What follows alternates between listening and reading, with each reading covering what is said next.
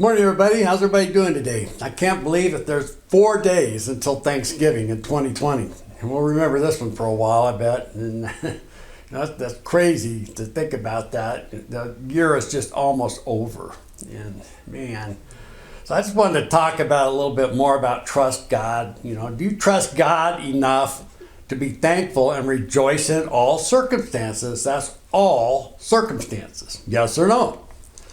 Do you trust God when your train of life is cruising along on its track and everything is running perfectly and all the earthly things are just flowing in abundance for you, just flowing in? And are you thankful and rejoiceful for that? Probably. Yes or no?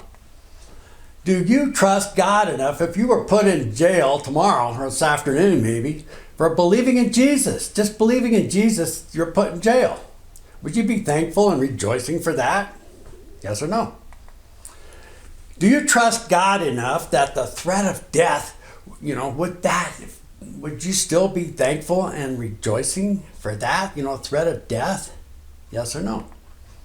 Paul experienced all of these questions and wrote in Thessalonians the following about God through Jesus. Paul basically, he wrote, consider God's command to rejoice and be thankful. It's not a request it's if God's pleading with you. He's commanding you to do it because it's right. And he knows that, if you obey, you will reap the right fruits of experiencing his presence and enjoying peace and commitment. Some folks think as well is that God wills us a reminder to remember to rejoice and be thankful in all things. He wants us to know that if we obey, he will, we will experience his presence, inside of us more, and then we will enjoy his peace and commitment.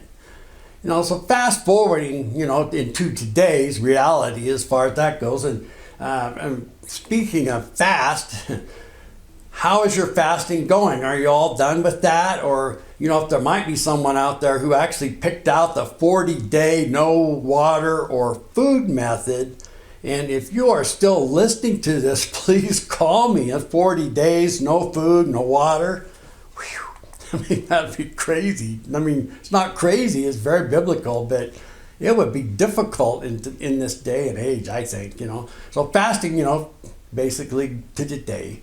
How can we tie this all together, rejoicing and thankfulness with Thanksgiving?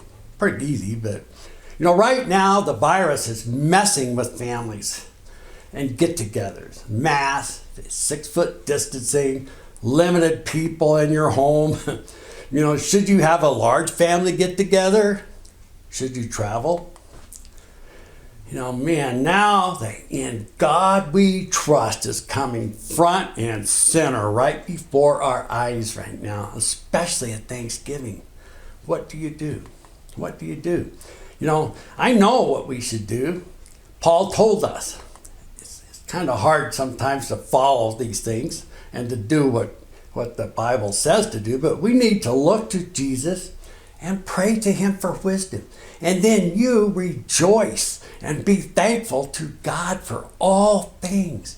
And above all, trust God with all your heart. And if you're listening to this video and you're interested in how to find this trust, it's just easy. And you could live again. It's just easy. Come to the Greeley Vineyard or a Vineyard church near you and they can help you. And they'll help you for sure. So happy Thanksgiving to all of you. You just have a great week, and we'll see you next Sunday.